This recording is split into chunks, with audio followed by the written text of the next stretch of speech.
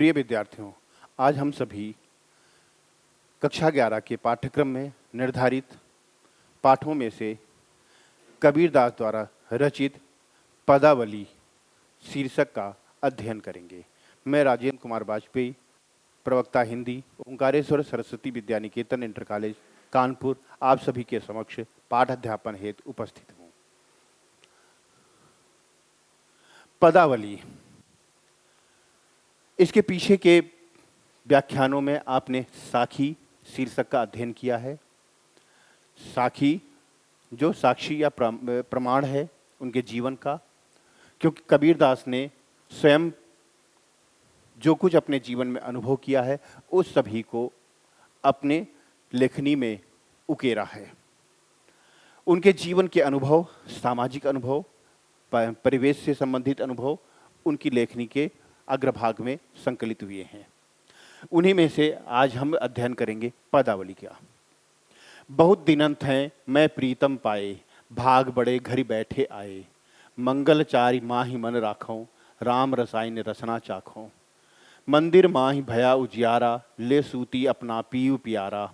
मैं रनि राशि जे निधि पाई, हमई कहूँ कहा यह तुम्हें बड़ाई। कहे कबीर में कछु न कीन्हा, सखी सुहाग राम मोहि दीन्हा। बहुत दिनों के पश्चात, कभी कबीरदास जी कहते हैं कि बहुत दिनों के पश्चात यानी अनेकानेक जन्मों के पश्चात प्रीतम पाए मैंने अपने प्रियतम परमात्मा को प्राप्त किया है। अनेक जन्म जन्मांतरों के पश्चात मैंने अपने प्रियतम परमात्मा को प्राप्त किया है। वह मेरा प्रिय परमात्मा अनेक जन्मों के पश्चात, अनेक तप तपस्या के पश्चात, जन्म जन्मांतरों की सौभाग्य के पश्चात मुझे प्राप्त हुए हैं। भाग बड़े घर बैठे आए, और उस पर भी मैं अत्यंत सौभाग्यशाली हूँ कि वो मुझे सहज ही प्राप्त हो गए, घर बैठे ही प्राप्त हो गए। मैंने उसके लिए बहुत प्रयास नहीं किए हैं, सहज उनकी प्राप्ति हो गई है, क्योंकि वह तो सहज प्रिय परमात्मा मेरा मैं प्रिय है। जो प्रिय परमात्मा प्राप्त हुआ है, जिस परमात्मा की मुझे प्राप्त हुई है, ये बड़ा ही मंगलकारी समय है। इसलिए अपने मन को मैं मंगलाचरण में, शुभ कार्यों में, आनंद और कल्याण में ही अपने जीवन को, अपने मन को लगाए रखना चाहती हूँ।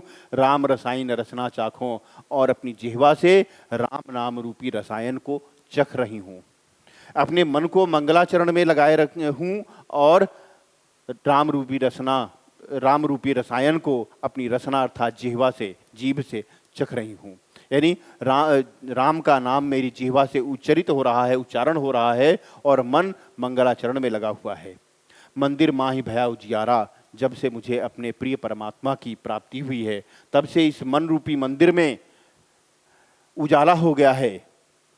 ले सूती अपना पीयू प्यारा, और मैं अपने प्रिय परमात्मा को प्राप्त करके अत्यंत सुख का अनुभव कर रही हूँ, अत्यंत सुखी हो रही हूँ।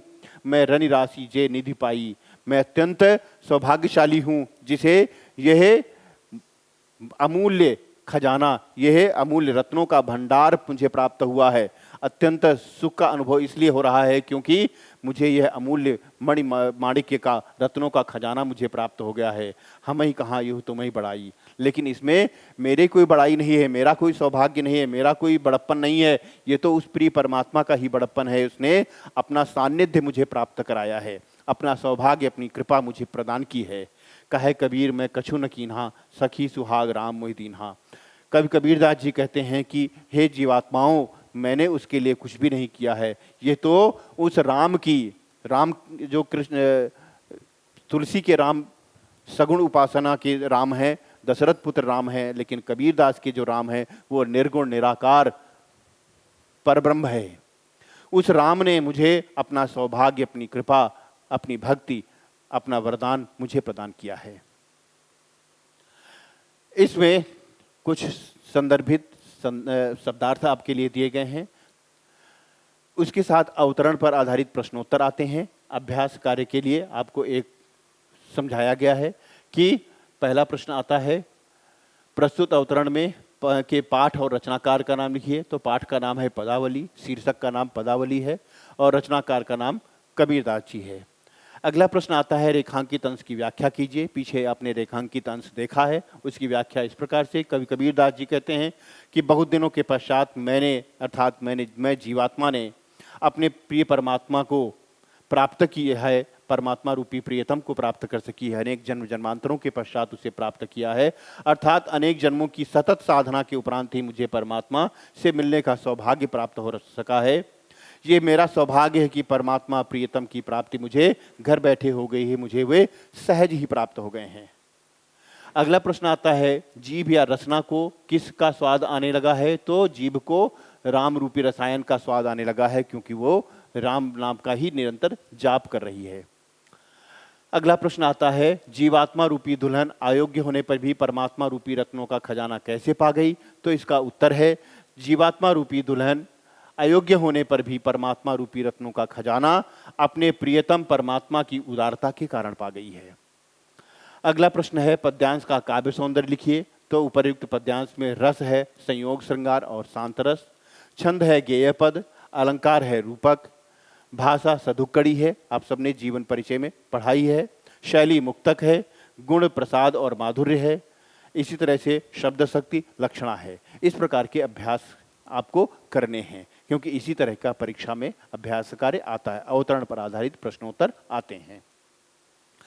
अगली पदावली में हम आते हैं और उसकी व्याख्या समझते हैं। संतों भाई आई ज्ञान की आंधी रे। कवि कबीरदास जी कहते हैं कि हे संतों, मेरे मन में ज्ञान की आंधी आ गई है, क्योंकि अब मुझे प्रिय परमात्मा की प्राप्ति हो गई है और जितना भी विकार है वो सब खत्म हो गया है। इसलिए ज्ञान की आत्म समृद्धि हो गई है, मेरे अंदर ज्ञान का तूफान उमड़ पड़ा है। भ्रम की टाटी सबे उड़ानी, भ्रम का जितने भी पर्दे थे, आवरण थे, आच्छादन थे, वो जो भी टटिया पड़ी थी वो सब उड़ गई। यानी ज्ञान की प्राप्ति होते ही, ईश्वर की प्राप्ति होते ही, आत्मज्ञान होते हुए ही मेरे अंदर का सारा जो भ्रम है वो दूर हो गया। अब मुझे मैं क्या हूँ इसका ज्ञान हो गया है। माया रहे न बांधी रे।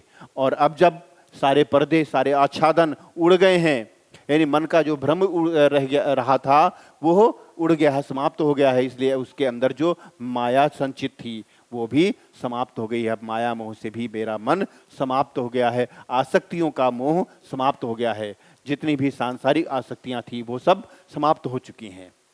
दुचिते की दो थूनी गिरानी, वो जो आसक्तियों का, सांसारिक विषय विकारों का जो आच्छादन पड़ा था, जो छप्पर पड़ा था, उसको सहारा देने वाली जो दुचिते की, जो चित्त की दो अवस्थाएं, दुविधा की जितनी भी जो दो आधार स्तंभ थे, थूनी थी, वो सब गिर चुकी हैं। मोह बलिंदा टूटा और उसके ऊपर रखा हुआ जो मोह रूपी बल्ली थी, मोह का जो शहतीर था वो भी टूट गया। यानी ज्ञान के प्राप्त होते ही चित्त की दुविधा की स्थिति भी समाप्त हो जाती है और मोह भी समाप्त हो जाता है, मोह रहित हो जाता है, सांसारिक आसक्तियों से विकृति हो जाती है।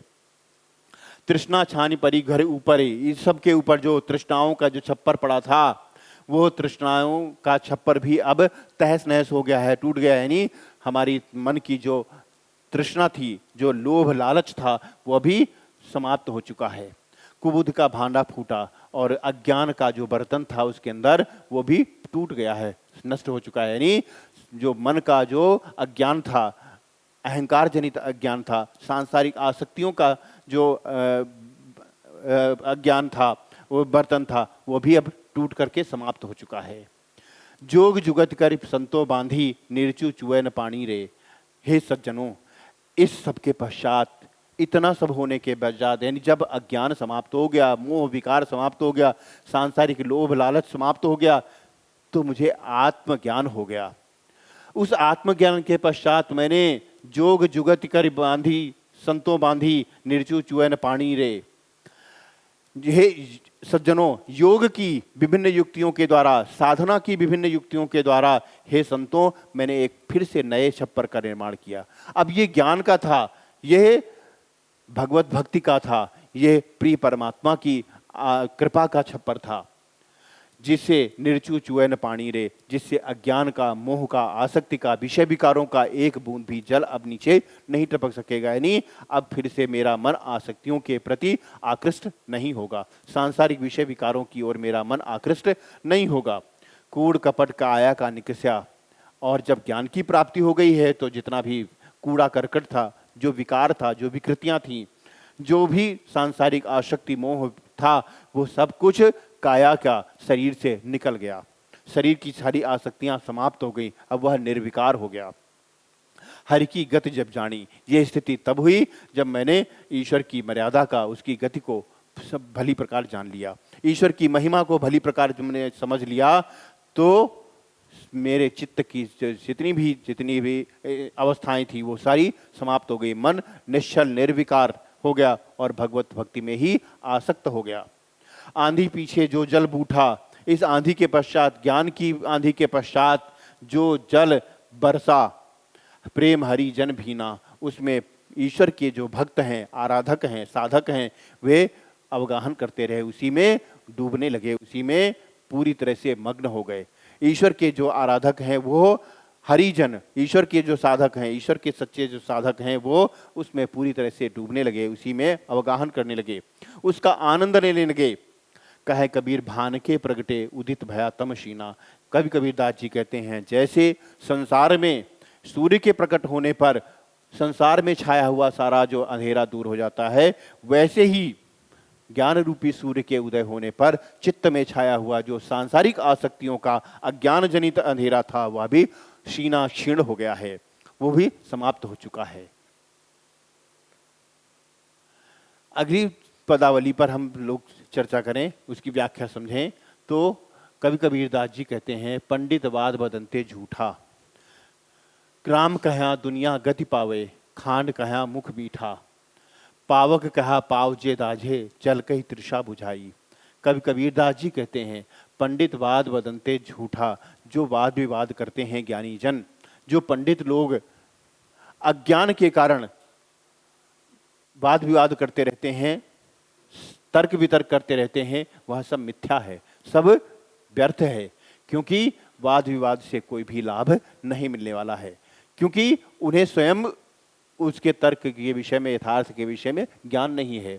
क्योंकि अगर वाद विवाद करने से सब कुछ हासिल होता तो शायद आज कोई भी अज्ञानी नहीं रह जाता। राम कहा दुनिया गति पावे, तो ईश्वर का नाम उच्चारण करने से, केवल नाम लेने मात्र से, उसकी महिमा को न जानते हुए केवल नाम उच्चारण करते रहने से यदि दुनिया को गति प्राप्त हो जाती, मोक्ष की प्राप्ति हो जाती, संसार से वह मुक्त हो जाता। खांड कहा मुख मीठा, तो निश्चित रूप से खांड शब्द का यानी मीठे पदार्थ का, खांड एक मीठा पदार्थ होता है, वो मीठे पदार्थ का उच्चारण करने मात्र से मुंह में मिठास का आभास होने लगना चाहिए, लेकिन ऐसा होता नहीं है। जब तक हम उसको अपनी जीवा पर रख करके उसका रसास्वादन नहीं करते हैं, तब तक उसकी मिठास का एहसास केवल शब्द मात्र से नहीं होता है, केवल उच्चारण मात्र से नहीं होता है। उच्चारण करने से कहीं मिठास का आभास होता है, जब तक उसको हम ग्रहण न करें, उसका रसास्वादन न करें। अगर ऐसा होता तो पावक कहा जय पाव जय दाझे, और क्या आग का उच्चारण करने मात्र से ही पाँव में जलन होने लगती है? ऐसा भी नहीं होता है। पाँव जब तक हम आग के संसर्ग में नहीं आते हैं, उसके संपर्क में नहीं आते हैं, तब तक पैरों में जलन नहीं होती है, शरीर उसकी जलन को अनुभूति नहीं करता है। जल कही तृषा बुझाई, और क्या जल का उच्चारण करने मात्र से, शब्द का उच्चारण करने मात्र से तृषा प्यास बुझ जाती है? ऐसा नहीं होता है।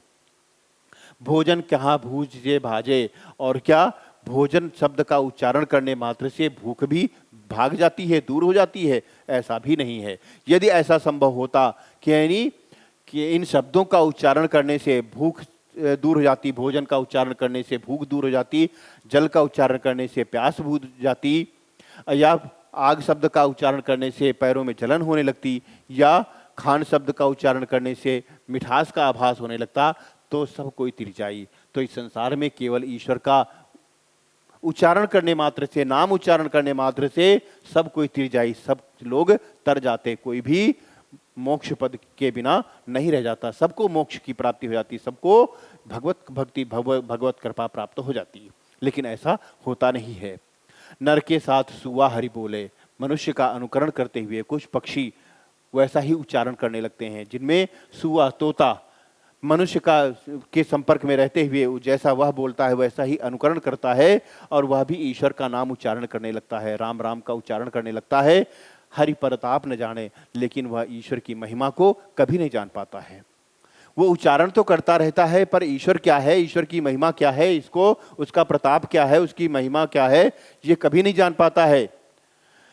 जो कबहू उड़ जाए जंगल में, और कभी अगर उसे अवसर मिला और वह जंगल में उड़ जाता है, बहुर न सुरत आणे, तो कभी उसको फिर से उस ईश्वर नाम की, राम नाम की स्मृति नहीं आती है। बहुर फिर से सुरत आणे, स्मृति नहीं आती है।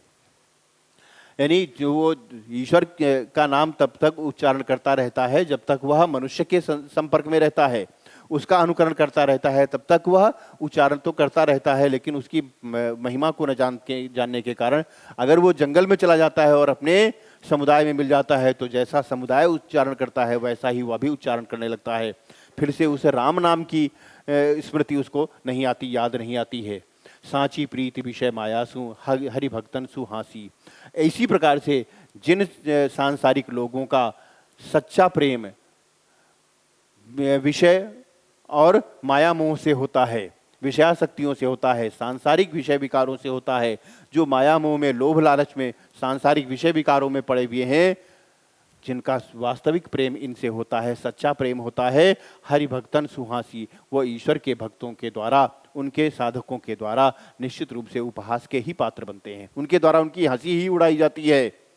कहे कबीर प्रेम नहीं उपजो, और कवि कहता है कि ऐसे लोगों के हृदय में कभी ईश्वर के प्रति सच्चा प्रेम कभी उत्पन्न नहीं हो सकता है। बांधो जमपुर जासी, और वे बार बार जन्म मरण के चक्र में फंस करके बार बार यमलोक को ही जाते रहते हैं। जमपुर जासी, यमलोक को ही जाते रहते हैं, यानी उन्हें कभी भी मोक्ष पद की प्राप्ति नहीं होती, उन्हें भगवत कृपा प्राप्त नहीं होती है। वे बार बार केवल जन्म लेते हैं, मृत्यु को प्राप्त होते हैं, जन्म लेते हैं और मृत्यु को प्राप्त होते, यही उनका जीवन चक्र चलता रहता है।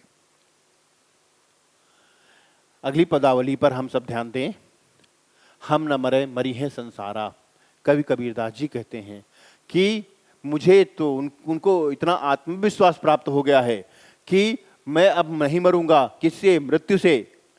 अब मैं मृत्यु से नहीं मरूंगा, क्योंकि उन्हें आत्मविश्वास इतना हो गया है कि ईश्वर की प्राप्ति ही मुझे हो गई है। मरी है संसारा, सारा संसार ही मर जाएगा, नष्ट हो जाएगा, सारा काल के गाल में समा जाएगा। काल उन्हीं को भयभीत करेगा जो ईश्वर की महिमा को नहीं जानते हैं। लेकिन मुझे तो पहले ही उन्होंने घोषित कर दिया है कि मुझे प्रियतम परमात्मा की प्राप्ति हो गई है। इसलिए अब जब मुझे ईश्वर की प्राप्ति हो गई है तो हम न मरें, अब मैं नहीं मरूंगा मृत्यु से, काल से मेरी जीवन समाप्त नहीं होगा। मरी है संसारा, सारा संसार ही मृत्यु को प्राप्त हो जाएगा। हमको मिला जीवन हारा, क्योंकि मुझे तो वह प्रिय परमात्मा पहले ही प्राप्त हो चुका है। सबको जो जीवन देने वाला है, जीवन हारा, सबको जीवन देने वाला है, हमको मिला, मुझे प्राप्त हो गया है, हमें प्राप्त हो गया है। यह उनके अंदर का आत्मविश्वास ही अपने आराध्य के प्रति आत्मविश्वास है। अब न मरे मरनो, अब न मरो मरने मन माना। मन में यह दृढ़ संकल्प कर लिया है, दृढ़ विश्वास कर लिया है कि अब न मरो, अब नहीं मरूंगा मरने मृत्यु से, अब मैं मृत्यु से नहीं मरूंगा।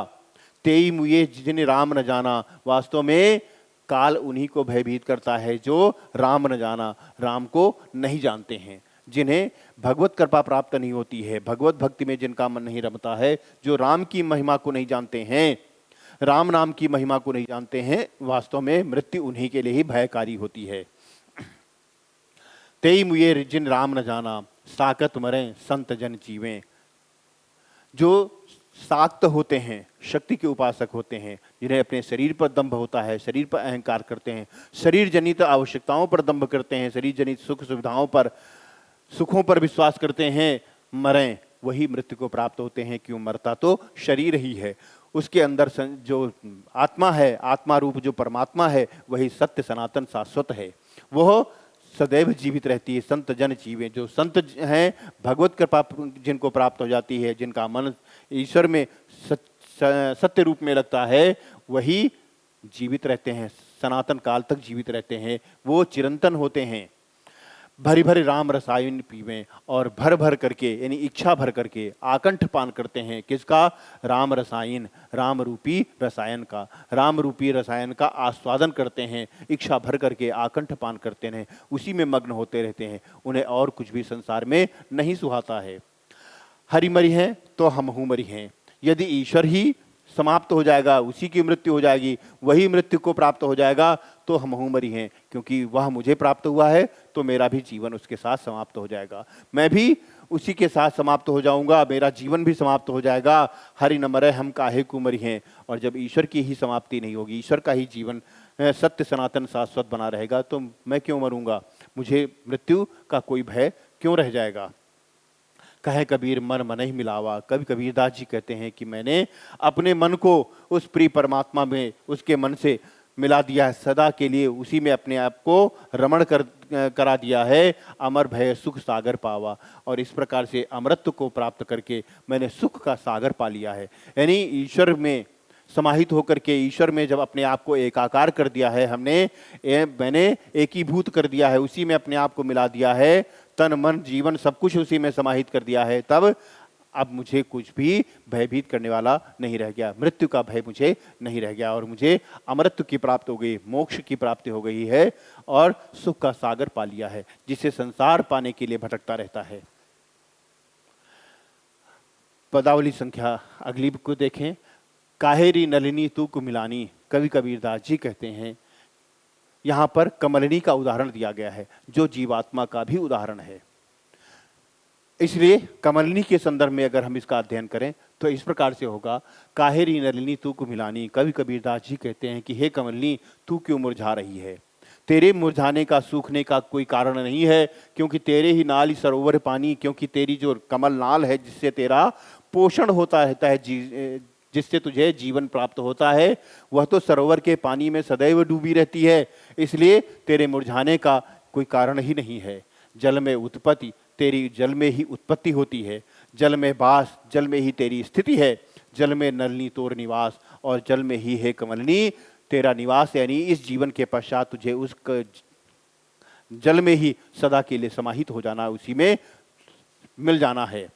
ना तल तपत न ऊपर आग, ना तो यह जल का तल ही तप्त हो रहा है, गर्म हो रहा है, न ऊपर आग, और ना ही ऊपर से आग की वर्षा हो रही है। तोर हेतु कहो कासन लागी। कहो तुम्हारा हेतु अर्थात प्रेम, कासन किससे, कहो तुम्हारा प्रेम किससे हो गया है। यानी जो जल तुम्हें पोषण दे रहा है, तुम्हें जीवन दे रहा है, उस जल से तुम्हारा प्रेम न होकर के किससे हो गया है, यानी किसी और से हो गया है। काहे कबीर जे उदिक समान, ते नहीं मुए हमारे जान। कवि कबीरदास जी कहते हैं कि उदिक का अर्थ है जल, जो जल के समान होते हैं, जो दूसरों का जीवन देने वाले होते हैं, वो हमारे अनुसार, हमारे जहाँ तक मेरा ज्ञान है, उनकी मृत्यु नहीं हुआ करती है। कमलिनी के संदर्भ में अध्ययन करके के पश्चात अगर हम इसे जीवात्मा के संदर्भ में देखें तो कवि कबीरदास जी कहते हैं कि हे जीवात्मा, कमलिनी रूप हे जीवात्मा, काहे कुमिलानी, तू क्यों मुरझा रही है, यानी तू क्यों दुखी हो रही है। संसार में तेरे दुखी होने का कोई कारण ही नहीं है। जब तुझे प्रिय परमात्मा की प्राप्ति हो गई है, उसकी कृपा प्राप्त हो रही है, तो तेरे कुमिलाने या मुरझाने का कोई कारण नहीं है, कोई दुख का कोई कारण नहीं है। तेरे ही नाल ही सरोवर पानी, क्योंकि तेरी जो नाल है, नहीं तेरा जो संबंध है, वो तो उस परमात्मा से सदा सदा के लिए लगा हुआ है। उस प्रिय परमात्मा से ही तेरा संबंध होना चाहिए और उसी से लगाना चाहिए। यदि उस प्रिय परमात्मा से तेरा संबंध है तो तेरे दुखी होने का कोई कारण नहीं है। जल में उत्पत्ति, यानी उस प्रिय परमात्मा से, जल रूप उस परमात्मा से तेरी उत्पत्ति होती है। तेरी उत्पत्ति उस प्रिय परमात्मा से है। जल में बास, उसी में तेरी सत्य सनातन स्थिति है। जल में नलिनी तोर निवास, और हे कमल जीवात्मा, उस जीवन के पश्चात तुझे उस परमात्मा में ही मिल जाना, उसी में ही तेरा गति है, तेरी गति उसी परमात्मा में ही है, इसलिए उसमें ही मिल जाना है। ना तलि तपति, ईश्वर ने तुम्हें जब जन्म दिया है तो इस धरती पर ना तो कोई कष्ट दिया है, ना ऊपर आग, और ना ही कोई दैवीय कष्ट है। तोर हेतु कहू कासन लागी, बताओ तुम्हारा प्रेम किससे हो गया है। कहें कबीर जे उदिक समान। कवि कबीरदास जी कहते हैं, जो ईश्वर का रूप होते हैं, भगवत भक्त होते हैं सच्चे अर्थों में, ते नहीं मुए हमारे जान, हमारे अनुसार उनकी मृत्यु नहीं होती है। यानी जो ईश्वर में अपने आप को पूरी तरह से रमण करा देते हैं, उसी में मिल जाते हैं, एकाकार हो जाते हैं, ईश्वर रूप हो जाते हैं, उन्हीं की कृपा प्राप्त करने के लिए सदैव उत्सुक रहते हैं, उत्कंठित रहते हैं, उनको मृत्यु का भय नहीं हुआ करता है। ये कुछ शब्दार्थ आपको पाठ से संबंधित दिए गए हैं, आप सभी इसका अध्ययन करें। पाठ का जो व्याख्यार्थ है वो आपके लिए सहज हो जाएगा। इन शब्दार्थों के माध्यम से आप पाठ को आगे बढ़ा सकते हैं, अपने उद्देश्य को प्राप्त कर सकते हैं। इस तरह से पूर्व में आपको एक उदाहरण बताया गया था कि किस तरह से अवतरण पर आधारित प्रश्नोत्तर पूछे जाते हैं और किस तरह से आपको उनका उत्तर लिखना है और किस प्रकार से आपको प्रश्नोत्तर के माध्यम से अपने विषय को आगे बढ़ाना है, किस प्रकार से अपने पाठ को अभ्यास कार्य करना है।